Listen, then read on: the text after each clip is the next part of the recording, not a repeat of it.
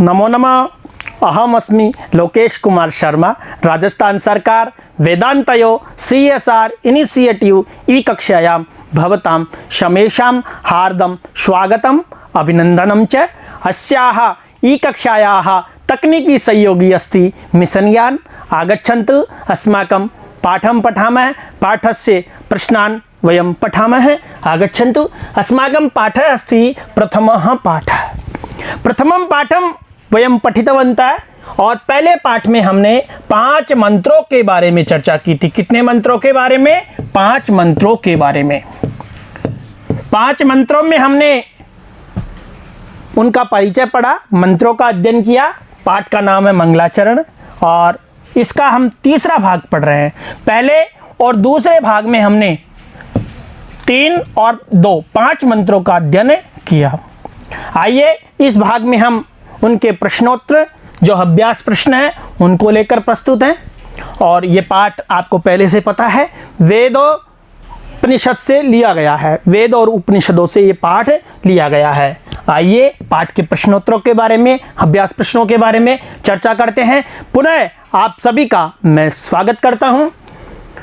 वस्तुनिष्ठ प्रश्न है पहला प्रश्न। क्या कहता है कि अस्य पाठस्य प्रथम मंत्रः कस्मात् ग्रंथात् उद्धृतो अस्ति।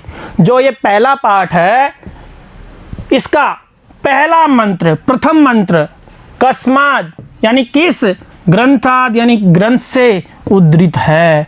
जो ये पहला पाठ है इसका जो पहला मंत्र है, मंगलाचरण पाठ है, उसका जो पहला मंत्र है, पहला ऑप्शन है ऐत्रेयोपनिषद शांति पाठात्, दूसरा है तैत्तिरीयोपनिषद है शांति पाठात्, कठोपनिषद शांति पाठात्, ऋग्वेदस्य प्रथम मंडलत है। यानी ऐत्रेयोपनिषद के शांति पाठ से लिया है? नहीं लिया है। दूसरा तैत्तिरीयोपनिषद के शांति पाठ से? नहीं, गलत। कठोपनिषद शांति पाठात्, कठोपनिषद के शांति पाठ से? नहीं।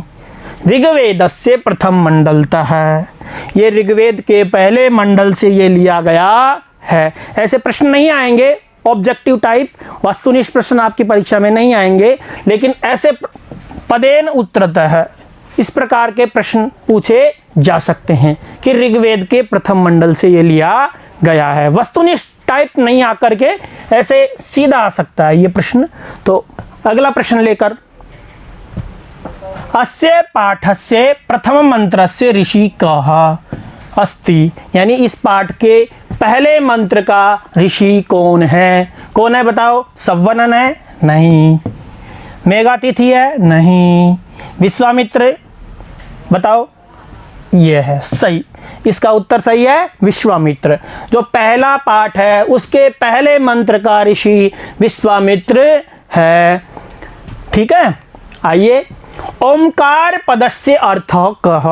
ओमकार पद का अर्थ बहुत बार आया था, उस समय हमने इसके बारे में अध्ययन किया था। मोक्ष नहीं, ब्रह्म सेवक नहीं, अभिषेक नहीं, और ये सच्चिदानंद परमात्मा, हे परमेश्वर। ओमकार क्या था?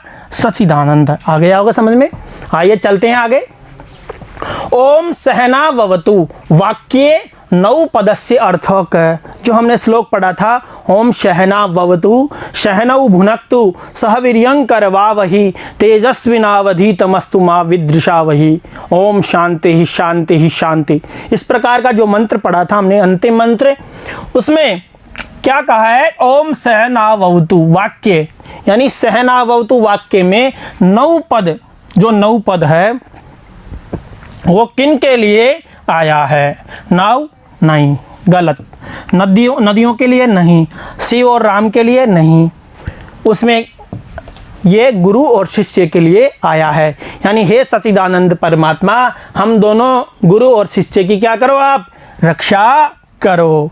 ये उसमें आया था। आइए आगे चलते हैं। अति लघुत्तरात्मक प्रश्न, यानी छोटे प्रश्न है, अति लघुत्तरात्मक प्रश्न है। उनमें पहला जो प्रश्न है वो है दाशुषे। दाशुषे इत्यस्य पदस्य अर्थ कः। दाशुषे इत्यस्य पदस्योः अर्थः कः। दूसरा प्रश्न है तेजस्वी किम अस्तु। तेजस्वी किम अस्तो अहम। तीसरा प्रश्न है अहम किम वदिष्यामि, मैं क्या बोलूं या बोलूंगा। त्वमेव कीदृशम ब्रह्मासि, तुम कैसे ब्रह्म हो, तुम कैसे ब्रह्म हो, तुम ही। मम वाणी कुत्र प्रतिष्ठिता भवतु, मेरी वाणी कहाँ पर प्रतिष्ठित होवे। आइए पहले प्रश्न की ओर चलते हैं। दाशु से इत्यस्य पदस्य अर्थः कः। तो दासु से जो पद है उसका अर्थ क्या है। इसका अर्थ है हविदात्री यजमानाय, हवि का दान करने वाले यजमान के लिए ये दासु से पद आया है। दूसरा प्रश्न है तेजस्वी क्या हो, उसमें क्या है कि तेजस्वी क्या हो, तो उसका उत्तर है अधीतम ज्ञानम, जो मैंने अधीत किया है, जो ज्ञान, जो मेरे गुरु ने मुझे जो ज्ञान दिया है वो क्या हो, तेजस्वी हो। अहम किम वदिष्यामि, मैं क्या बोलूं, मैं क्या बोलूंगा। तो ये क्या कहता है, ऋतम, श्रेष्ठ शब्दों को बोलूंगा। सत्यम वदिष्यामि आया था ना श्लोक में, ऋतम वदिष्यामि सत्यम वदिष्यामि तद माम अवतु तद वक्तारम अवतु। ये उसमें कहा है कि मैं श्रेष्ठ शब्दों को बोलूं और सत्य बोलूं। त्वमेव कीदृशम ब्रह्मासि, तुम ही कैसे ब्रह्म हो, तुम ही कैसे ब्रह्म हो। तो ये क्या कहा है इसने, प्रत्यक्षम ब्रह्मासि, प्रत्यक्षम ब्रह्मासि, तुम ही प्रत्यक्ष क्या हो, ब्रह्म हो। हे वायुदेव और अन्य देवताओं, आप ही क्या हो, प्रत्यक्ष ब्रह्म हो।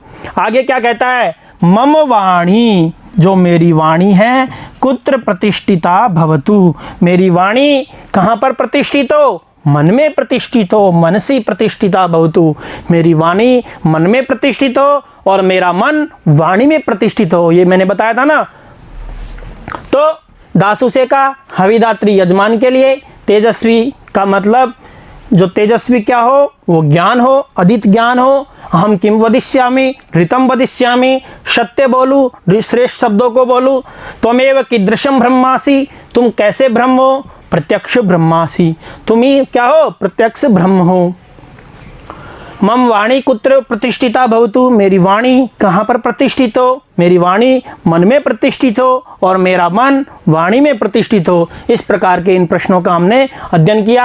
आगे चलते हैं। लघुत्तरात्मक प्रश्न, हाँ छोटे प्रश्न है, वो अति लघुत्तरात्मक बहुत छोटे प्रश्न थे, अब ये लघु छोटे उत्तर में है, कम शब्दों में।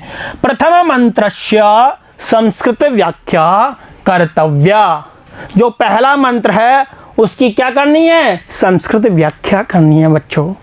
पहला मंत्र है उसकी संस्कृत व्याख्या करनी है, दूसरा जो मंत्र है उसकी भी व्याख्या करनी है। द्वितीय मंत्र से व्याख्या करणीया।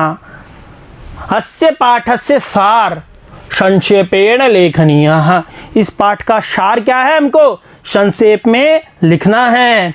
अगला प्रश्न है अनेन पाठानुसारेण के कान च अवंतो, इस पाठ के अनुसार के यानी कौन, कान यानी किनको, च अवंतु किन की रक्षा करे। तो आइए हम चलते हैं इनके उत्तरों की ओर।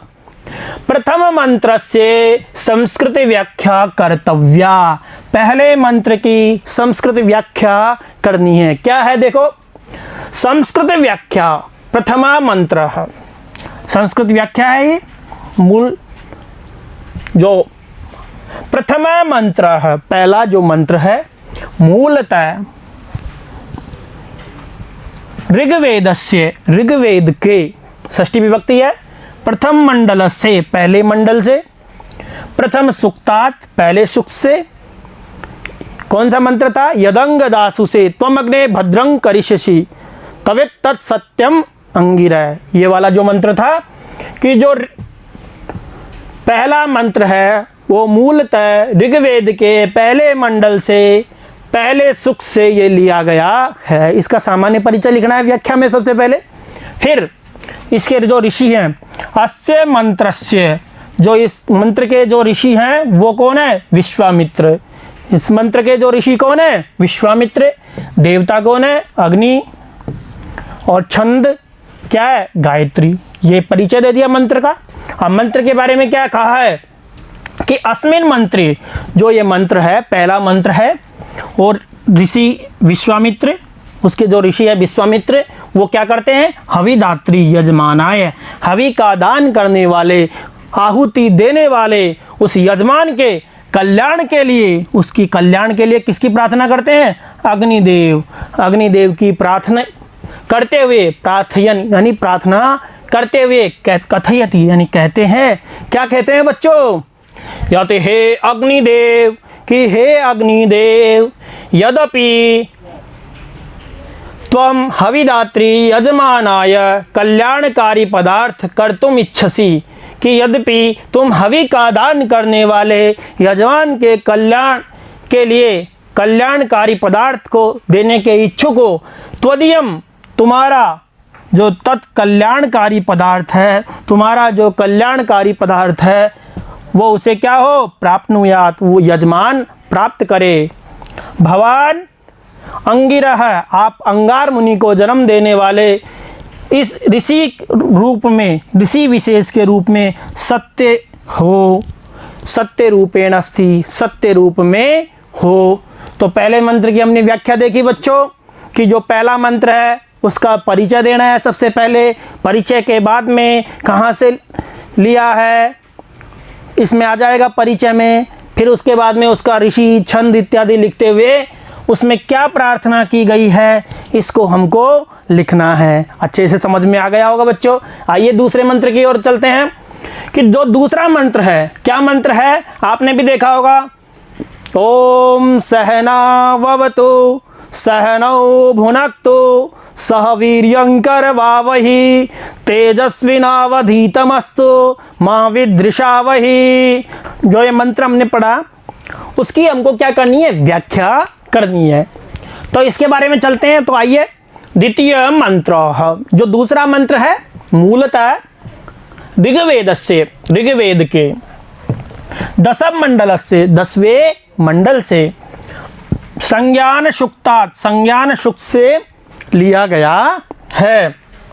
अस्मिन मंत्रे, जो इस मंत्र में ऋषि कौन है? सव्वनन। इस मंत्र के जो ऋषि कौन है? सव्वनन।